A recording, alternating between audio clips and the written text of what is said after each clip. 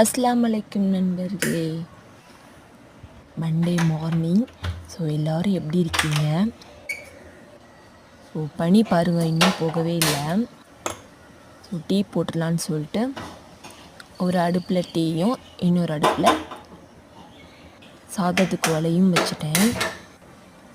நான் எப்பயுமே ஃபஸ்ட்டு 2 அடுப்புலையும் 2ஐயும் வச்சுட்டு ஒரு 10 மினிட்ஸ் மொட்டை மாடியில் போய் என்னோடய குட்டி குட்டி செடிங்களெல்லாம் பார்த்துட்டு வருவேன்.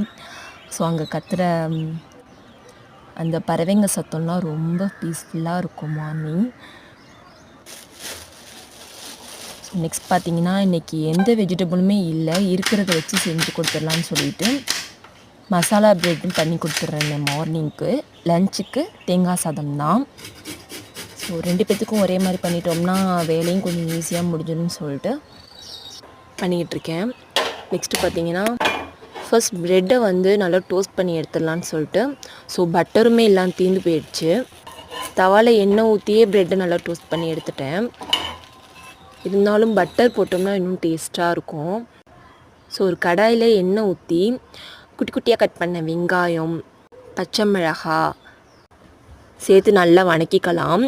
ஸோ நல்லா வதங்கினதும் குட்டி குட்டியாக கட் பண்ண தக்காளியையும் சேர்த்துக்கலாம்.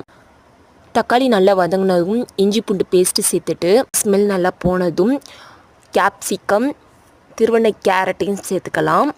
ஸோ நல்லா வதக்கிட்டு காரத்துக்கு ஏற்ற மாதிரி மிளகாத்தூள், மஞ்சத்தூள், கரம் மசாலா, சீரகத்தூள், காஷ்மீரி சில்லி பவுடர் சேர்த்துட்டு ஸோ நல்லா வதக்கிட்டு தேவையான அளவு தண்ணி சேர்த்துட்டு, ஆனால் ஃபஸ்ட்டே உப்பு போட மறந்துட்டேன், அதுக்கப்புறம் தான் உப்பு போட்டிருப்பேன். ஸோ உப்பு போட்டுட்டு ஒரு பிளேட் போட்டு மூடி வச்சுட்டேன். அப்புறம் எண்ணெய் நல்லா பிரிஞ்சு வந்ததும் அப்புறம் ப்ரெட்டை ஸ்லைஸாக கட் பண்ணி சேர்த்துக்கலாம்.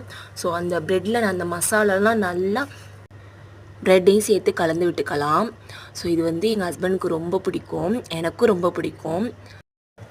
பசங்களுக்கு செய்யும் போது கொஞ்சம் காரம் கம்மியாக செஞ்சு கொடுப்பேன். ஸோ எங்கள் ஹஸ்பண்டுக்காக தான் கொஞ்சம் காரம் கூட போட்டேன். ஸோ அந்த வேலை முடிஞ்ச உடனே பார்த்திங்கன்னா தேங்காய் சாதத்துக்கு ரெடி பண்ண ஆரம்பிச்சிட்டேன்.